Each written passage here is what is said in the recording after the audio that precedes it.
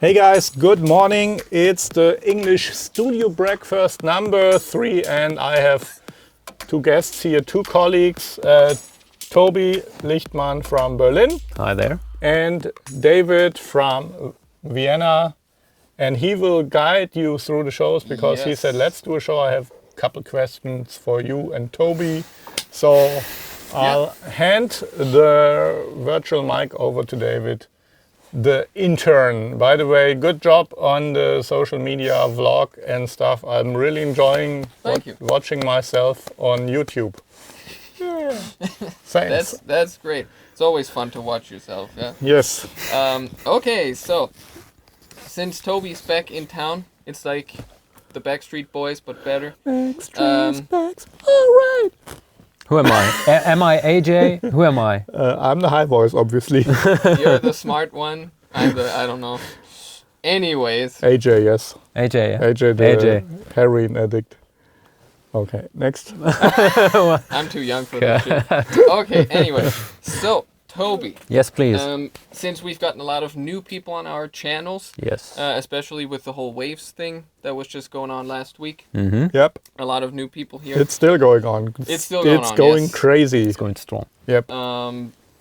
So why don't you just give us a quick run through of who you are, where you come from, and why Mark's paying you. Yeah. All right. Fire! I pay him. Oh yeah, I pay him. Great yes. question. Like, I have an elevator pitch for this, but Okay. I just forgot it. So basically, my name is Tobi, and I am. I used to be an intern, David. Yeah. We all start out as interns. And now you're the COO. The COO. COO, I quickly jump in, is the Chief Operating Officer, because I'm just fooling around all day. We need a guy who really makes sure this shit's happening. Yep. Yeah, I'm the guy. Basically, the COO is the one who ruins all the fun. Basically, Oh, isn't it? yes, true. It's This just morning like I had to transfer money from our bank to another company's bank. goes like this all And the time. I was like, Tobi, what are you doing? This is Yeah, Always the same. the money we just earned. it's like open the window and just throw it out. This is basically what I'm responsible for. No, basically, But like we are Mark. okay. I was asked to introduce myself. We pay our bills faster than Ever. That's right. yes. And so I started out as an intern, but the background basically was, of course, love music, read your book, Your Mix Sucks, years ago. And then I was like, hey, could do an internship. So I sent over an email like 1.5 years ago. And he was like, yeah, call me. So I called him and he was like, yeah, what do you do? And I was like, yeah, so, I work at a startup. And he was like, okay, startups. Yeah, that's okay. Usually they like people who like, you know, hands-on people work there usually. And I was like, yeah, I'm hands-on. Let me prove this. So I dropped by and got an internship. And I have to say the startup you worked at like went from 7 people to a couple thousand people and had a $2 billion evaluation at the stock market. or one, I can't 1 recall. billion, billions. A unicorn case, Yeah. bottom line. And I was responsible for business development. And basically what I do now is quite the same, but luckily with music, it is, we are here now, the company is here now, and we want to go there. And the difference between now and then is basically we break that down into operational parts and then just execute. Just execute. And making sure we don't go bankrupt while doing so, and making sure we go. While Mark can still dream and do his shit all day And long. this is what I feel all of our responsibility is. We got to get you a sandbox situation. You got to be creative, and it's on us to back. I mean, I hope everybody can Sure. bring in creativity. I mean, at least David, but he doesn't get paid yet, so that's a different situation. The important word is yet. Yes. Well, yeah, and this is like basically what I do, Yeah. and this is why I get paid. Yeah. So I have like a list of questions written down, and Okay. you kind of touched on a lot of points that I was thinking about. So I'm just gonna jump through Yep. these, and if you want to 3, 2, 1, go. Yeah. chime in. Jump in. So, how was your childhood? Awesome. Cool. Did you have something to do with music in your childhood as well, or is that something that developed later? Yes, I grew up in West Germany, and there was no MTV or anything, so there was like that local channel that played a show like music videos for an hour per week. Nothing. Formel 1. No, it was a hit clip with Thomas Germann. Okay. Well, Yeah. Which part of Germany did you grow up? Nordrhein-Westfalen, Okay. Junge. Oh yeah. Not in Hessen. Schalke. Bottom line, I came across a band called Erasure. Back then I couldn't speak English, so I was like, I saw that video, and I saw it twice. First time I was like, what's that? And second time I noted down, I was 7, obviously I could write. It was like Erasure, and the track was Allweis. And I went to my mom and was like, Mom, I like that. And they got me a CD player and the Bravo Hits 93 or Okay. 94. It's like, for anybody who doesn't know, it's like a sampler. Yeah, the CD compilation of the year's shit back then. Bravo and Hits used to be the biggest selling record in Germany. They brought it out 4 times a year. It had all of the biggest hits and some where they were thinking this could be a hit. Yeah. But during their height, they sold 2 million copies of Bravo Hits of every 4 times a year. And if you had one song on Bravo Hits, as a writer and producer, you'd make like 60, 80,000 marks back then. So 40 grand euros or US dollars, that would be with one compilation. I think that they don't issue those anymore. It's all digital only, I don't know. It's very difficult because we got Spotify playlists. Maybe it's a playlist now or something? It still exists, but Really? I think the modern day compilation is the Spotify playlist. Yeah. Yep. So bottom line, this is like my earliest touch point. I still wonder why I was into synth pop back then, the sleaziest sort of. Bottom line, I then rediscovered Depeche Mode, had my goth times, and then The phase. the phase, and I recovered from that. But you know, still there's some sort of like there's always a touch of melancholy in everything I do. Yeah. I mean, you know, I think we all have our childhood memories with music that still kind of Linger with you. Yeah. Linger over time. What are yours? Let me guess. Progressive metal. No, that came later. I had a Dream Theater phase. I'm not proud of it, but there was a Dream Theater phase. No, but like my earliest memories. Well, my dad always listened to rock music, and so that's pretty much what stuck throughout the years. Like I've listened to synth pop, EDM, and I don't know, grindcore metal, but like the whole classic rock, AC/DC, Guns N' Roses, that kind of thing, that kind of always stuck with me. What about glam rock? Child of mine. Yeah, it's a great song. It's one of the first real songs that I learned to play on guitar. Yeah. And It glam actually rock? sounded like something. Glam rock as well? I mean, like, you could dress up. I mean, like, you get the hair and Yeah, I everything. got the hair, but the attitude is Child of missing. mine. Ah. Nah, you know. We gotta get you play Sweet Child of Mine on the guitar. Oh yeah, sure. Yeah. Next time. Next time. It It's actually not. It's not that hard anymore. But Okay. it used to be really hard. used to, after practicing 4 years on the conservatory, It shouldn't be a kind of problem anymore. Yes. double What's one time. of your early music memories, or bands, or whatever?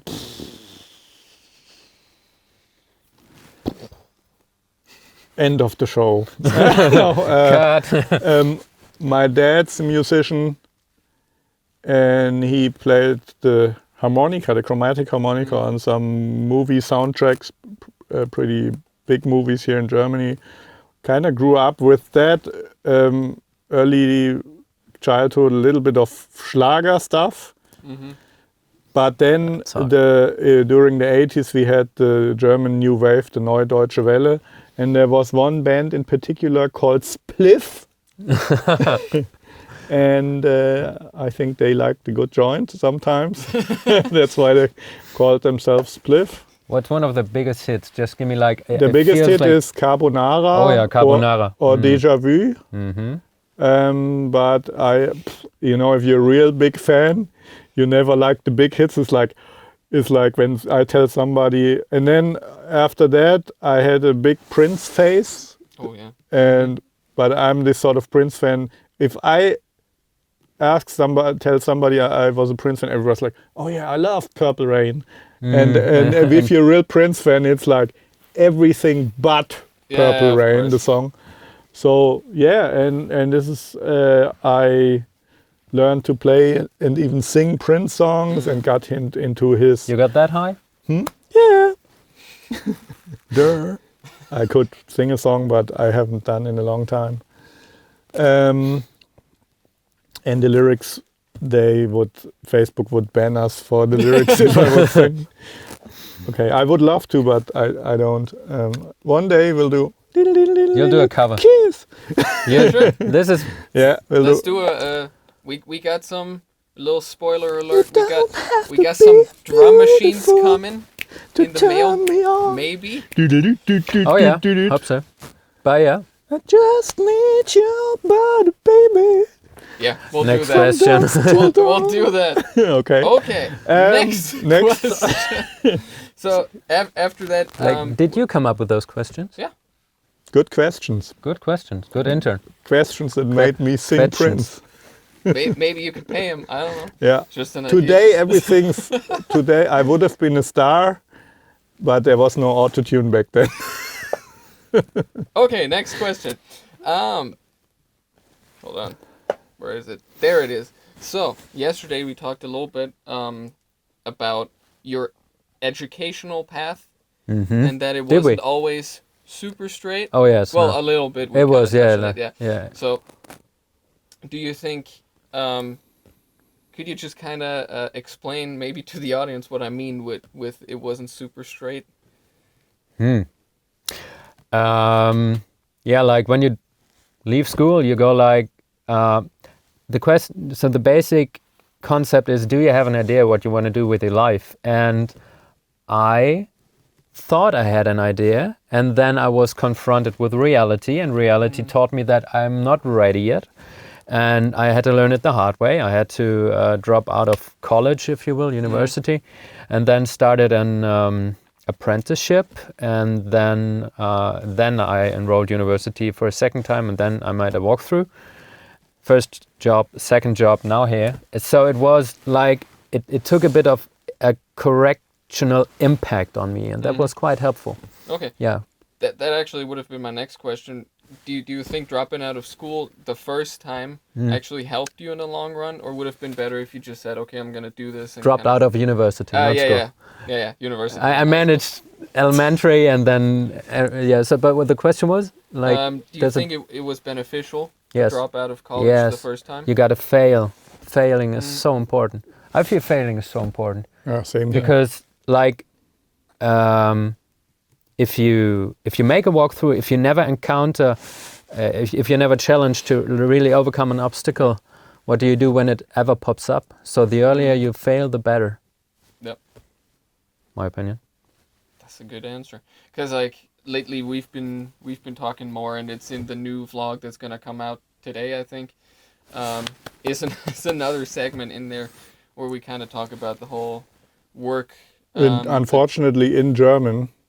Oh yeah, it's in German. Which messes me up because for a long time in the studio, nobody would talk German. Yeah. And now all these Germans around here. And me. He's German. And an Austrian dude. Yeah. But so we were kind of talking about, doing something that you love, and if you don't, then how it's gonna fuck up your life in the long run. So that's kind of been a topic around here, also now in our videos, and I'm very fascinated by the topic. So to hear it from somebody who's gone through it, and not from somebody who's kind of been like, smooth sailing, I think it helps a lot of people. The moment it hits you, it's super fucked up and you don't feel any benefit. But I think imagine 1 week or a month ahead, things will be better. Yeah. So I think in the macro, I'm very impressed when I look at everybody who's working here at the company, and I don't want to generalize, but how the generation I see here, youngest, you are the youngest outside of me, and Tobi's the oldest, 33, 23, so this is a 10-year bracket.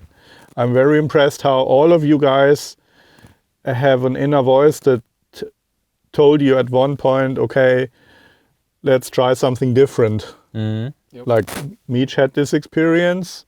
He worked as an IT consultant. Tobi had this experience, worked in several jobs, and I think you enjoyed working in these jobs, but music was always in the back of your mind. That's right, yeah. And now I hope you're a little more happy because what you do now is very strongly related to music. It is basically... David, you can answer for yourself. I mean, I have a 5-year degree in mechanical engineering. Okay. So, but, it makes good money. And music on top? Yeah.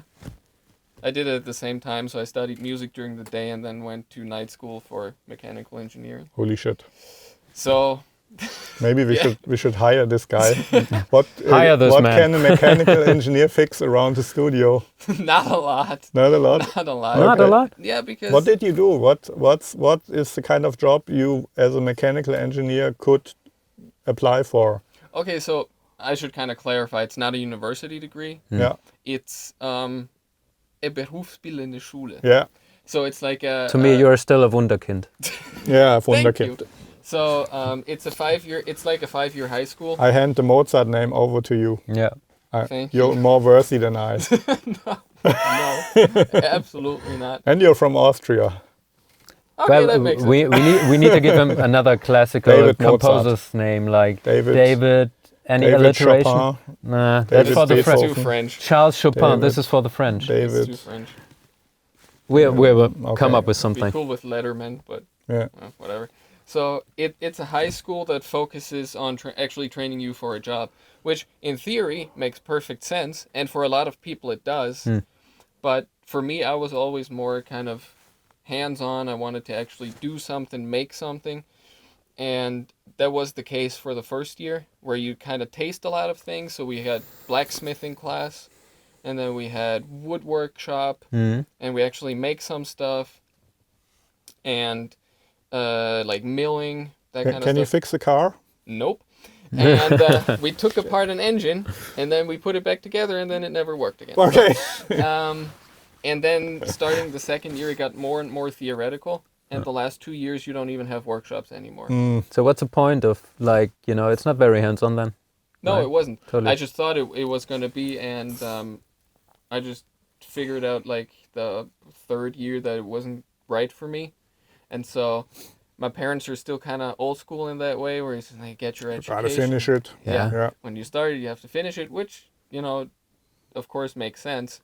And so they were like, either you're going to do that night school thing while going to college, and we'll still support you in a way.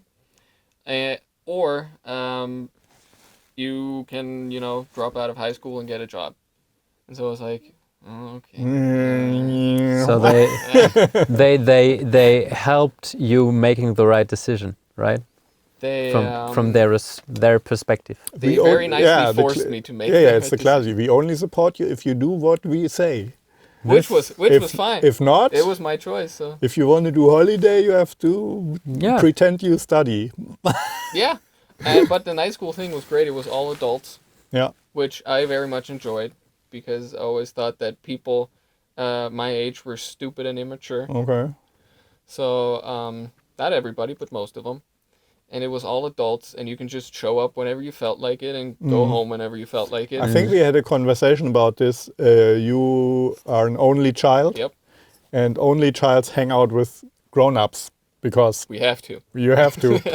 This is how I spent my first 7 years, and I did all kinds of technical stuff. And Till I your was brother came along, 3, right? 4. Then my brother came. Yeah, then it changed. I still love my brother very much. and then you hang out with somebody, and I could mentor him a little bit, and he's a musician as well. So interesting, yeah. Yeah. So, but enough about me. Let's get back to you. Yeah. Our very special guest on this very nice morning. I should have put him So in the many title as a nice special. words. We can do it afterwards, Yeah, featuring we should, Tobi. Featuring. Tobi Guys, Lichtmann. Let's get that straight. I'm always a part of that crew, although I'm not know, here. yeah, I'm yeah. in Berlin, so it's not. I'm just not. I'm physically not attending, but mentally I'm always with you. Which Still works. in our hearts. Which works very well. We work over the phone all day long. Yeah. I wasn't sure. I haven't done this And before that other with thing, anybody. internet. We also use the internet. Oh, yeah. Intern has Internet. it to do This with interwebs intern. thing. Yes, Is it It's- a net for interns? it is. We it like to hang out, okay? it Okay. is. It's a thing. It's not a one-hit wonder thingy. No, Okay. it seems to. It's like I have to It's check a it, it's check shit. it out. Yeah, we should really check that out at some get point. some internet. Yeah, we should. So, So as you said before, yes, you... Is it the data information highway? pardon me. We should get off the phone so we can use the internet. Yesterday I called a fax machine. Do you recall that? Yeah. I love the look. We'll make a clip out of that. It's Oh my God. Anyway, so you worked in the startup scene. Yes. Did you like it? Yes and no. Oh well. Okay, let me elaborate on this. why yes. Why yes? 3, 2, 1, start. All right. Why yes? Cause the challenge is just like here. Like there is a company that has a vision, and usually at the beginning you're quite close with the founders and everybody who just like joined. And it's quite like it has a family vibe to it, and depending on whatever you like, you know, when you work in a company, do you like a lot of hierarchy or not, or do you want someone to tell you what you have to do, or are you like more a person that goes like, okay, so there is the challenge and this is the task and we have to do it. And then in a startup usually there's enough money, so there's no issues when it comes to like material or resources. There's always enough. So all you have to do is think about how you actually solve the problem, and you just do it. But there's no one to tell you how to. So this is what I enjoyed very much. It's just like, okay, we have to get that number of sales. So what do we do? Direct? Do we go to like and then direct sales will be events, door to door, whatnot. But there's huge difference to here because we have no fucking money. Yeah, right. Because we put it all into gear. But isn't that beautiful? It's just another challenge. And it's because I just want to stress this, Yeah. this company has no investor ever. None. It's grown out of the dirt. It's grown and it's still growing by hard work, and that's it, by the team's power. And this is what I enjoy now, because now why don't I like working with startups? After some years, you know, things grow, and that growth is not, let's put it, organic growth. It is that growth comes with disruptions, with total overhauls of hierarchies, and I mean, all right, that startup made it, but you know, like, don't know. What is it, 95% or whatever? Right, they Failed, just right, and then once again, it's just like, hey, they failed, but they learned so much. Maybe those people will start again. Yep. This is just the passion. So, it is the pros and cons like everywhere, but after 6 years, it was quite enough. 6 years. Yes, and I was like, hey, there's that voice in my head, like I said, what the passion for music. I was like, yeah, I really should focus on that now, because this is what I'm here for. But was it working at the startup? Was it kind of like also an education for you? Of course, Yeah. you learn And how. maybe I see that more than you see it yourself. What you bring in experience-wise in this company from the startup, because The nagging guy that destroys all the fun. Yes. So the interesting thing is, in a way, a startup or that particular startup, but they're all the same. But they're not all the same because that one was hugely successful. In one way, it's not the reality because money gets pumped into it that, other businesses never get the chance to get that amount of money to grow. Right. But in another way, you as a boss of a certain department had to make sure that everybody works efficiently. I put it that way. I was like, I aim at fulfilling any stakeholder's interest at any time, any given moment, in the best possible manner, and that includes the people that report to me, and vice versa, that the people I reported to, and same attitude applies here. It's just like we got to get shit done, but let's have fun, and let's always. And in that case, since there are no investors, we have to, we have to pull ourselves out of the dirt by pulling our own hair, and this is much more challenging. But don't you also think that's kind of the beauty of it? Absolutely. So that nobody else does it for you? Exactly. I do love that. Sure. Yeah. Sure. Nobody can ever say, oh, the investors and this or that, you didn't do it on our own. And in the long run, yeah, we can do whatever we want. It's not just because no investor will ever tell us what he wants to do. Yeah, and we know there are examples for, everywhere. current examples where things go wrong because someone where says, a company thinks we're doing very well, let's get a little extra money. The lemon now, right? Yeah, it's typical. Companies does well, and then they think, let's get some extra money so we can grow even more, and they grow out of their sweet spot, where they deliver the maximum value to their customers, because just growing for growth's sake, just because there's an environment where external money you can easily get external money. It's so easy at the moment. 10 years of growth on the stock market, getting money is easy. Money is cheap. We could get it easily for this company, but then you're selling a part of the company to somebody who's telling you what to do. But bottom line, I'm very thankful for the time. I'm very, I learned a lot in good ways and bad ways. And at the same time, I wouldn't want to repeat it from that level with that position I had all the time, all over again. So not gonna happen. Did your position grow with the company? So the people under you, the team under you also grew? That's right, yes, exactly. So I jumped from whatever there was to, basically I took care of sales in any sort of manner. Would it be lead generation? Would it be direct sales? Would it be training people? And that the bigger the company became, the more generalized my position was. So if there was a problem, I tried to solve it. But mostly on sales perspective things. So even as a I have no idea how this whole structure works, so excuse me if the question is kind of basic.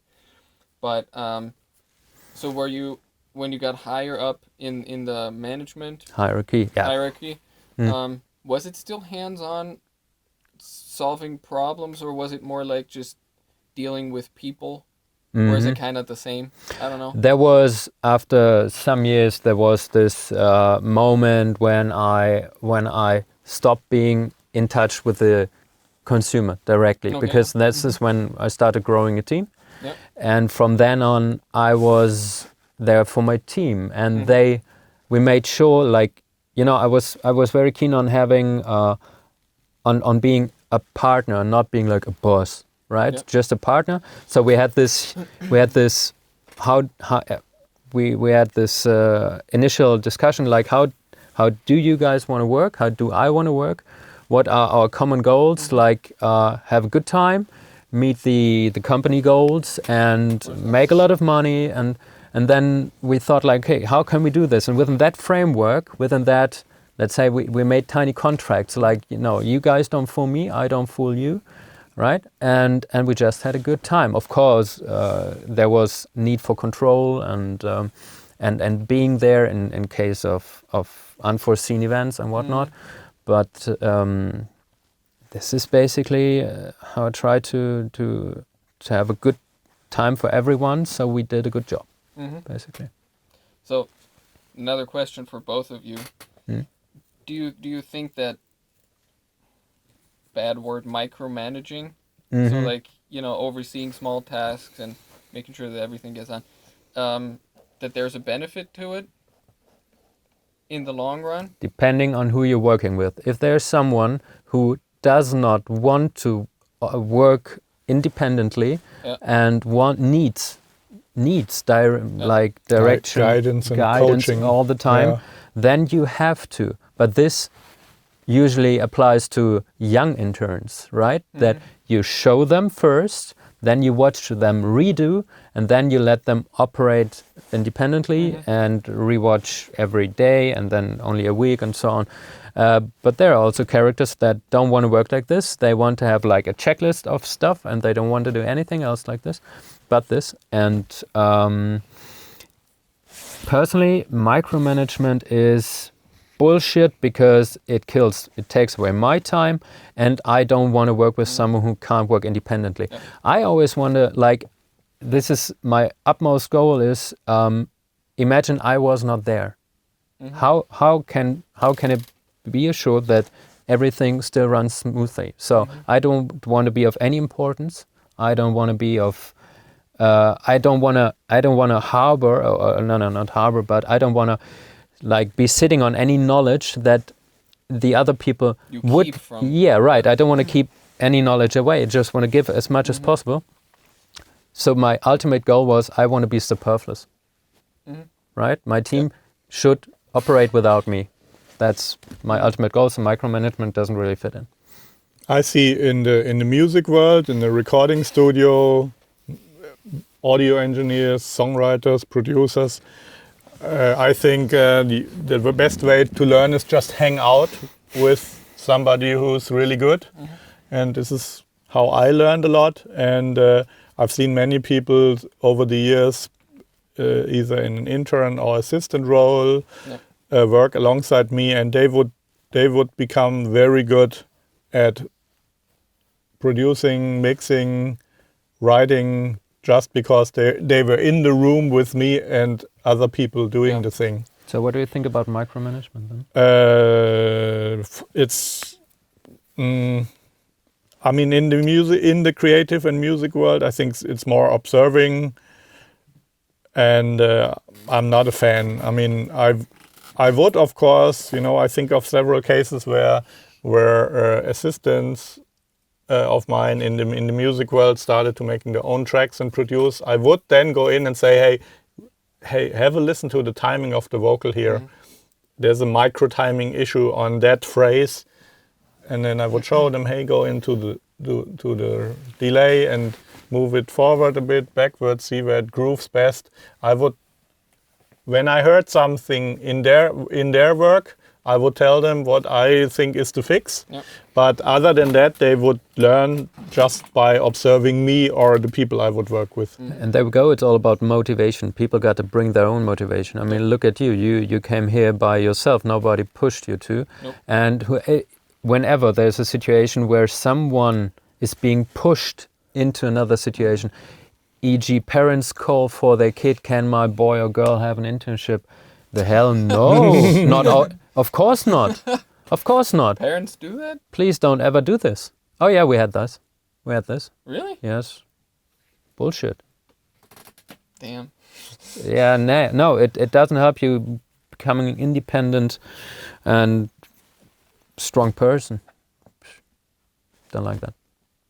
Next question. So don't have your mom call for an internship. No, at least not us. Please. Close it. Yeah, so I think we're kind of wrapping up this whole thing right now. We've talked a lot about different things. So where do you see your role in this company go? In 5 years? On that chair. We had this already. No. We're working. I'm already sitting on a chair working. Exactly. Yeah. In 5 years. Yeah, I don't know. Pick a time. I'll give you a time frame of about a year. I started out as an intern a year ago. A year. I was there where you are now, right? But that was simply your trick to get yourself in, because you knew, hey, once I'm here, No? Yes, I have that great Well, scheme hatched out. No, to be honest, no. You just want. So I think what you wanted to do is you wanted to do exactly what I just said. You wanted to observe some people doing. Exactly, and learning mixing music is still a thing. Yeah. And with the projects we have up and running now, this comes automatically. It comes naturally. Absolutely. And I'm very keen on this. And you were largely editing the book, right? I mean, I was feeding you stuff, right? But you were the final editor of the Your Mix Sucks Waves edition we just brought out. That's right. By the way, a little pitch: the classic ebook, which originally we put out 5 years ago. Right. There's a revision. It's the best revision ever. It's the Waves edition, which was a thing that came very natural because I've been using Waves since the first L1 plugin in 1994. I have to dig out the original folder. The plugin. Yep. Back then. And it came on a floppy disk for Sound Designer 2 DigiDesign. So that's the best version of the book ever. There will be more updates for the people that bought the book 5, 4, 3 years ago, and you already got some updates. There's a German version, there's a Spanish version of the original book. Française, ouais? Yep, see? And I just wanted to throw that in because there was a big team effort, and Tobi was a big part, so he got to read the book several times by now. Indeed, and now it's a question of applying sooner or later all that knowledge. But so, seen a year ago, we had the company was in a different situation, macro-wise, and I did we came up with ideas. You know, we had those seminars, and we tried a few things, and now we're here, and I did cut videos, I did cut audio, I tried my best, but I'm not as good as you. And here it comes. It is no longer time. I can be a backup for you. I can, but I would never reach your quality, not your speed, and therefore it would be a waste of my time. Whereas when it would come to negotiations with any partner, it would be harder for you, right? Yes. So there we go. With the growth comes specialization. So we're not generalists anymore. Yeah, which is good because, for example, Nick, who's not here at the moment, he's in Mallorca at some studio, having fun, hopefully. Hey, hopefully. Nick, how are you doing? So Nick came in as a general assistant. He'd had to do everything. Right. He found his joy. I mean, he was always audio engineering. He really wanted to concentrate, and now he's focused on audio engineering. Right. Runs our mastering studio upstairs. So, with growth, maybe we'll need more people. But maybe then again, we should hire this guy. We should hire this man. Pay me. No, it's all good. Drop me a line if you know where that quote comes from. Hire this man. But that's another question. So I hope, and I'm quite sure we'll all do our very best to grow the company in an organic way, in a smart way, and this is a process we all contribute to, and this is without dropping any numbers or very focused or milestones or what. This is what we'll do, and let's review that video next year at the same time. Yes, just for fun. Facebook will hopefully remind us. Yes, please. And we'll watch it, and All right. Thanks, David. From my side, that is the show. Thanks, David, for hosting the show. Really Thank you, David the intern. David the intern. Now cut that video so it makes sense. We'll do it. See ya. Bye. Thank you. Bye.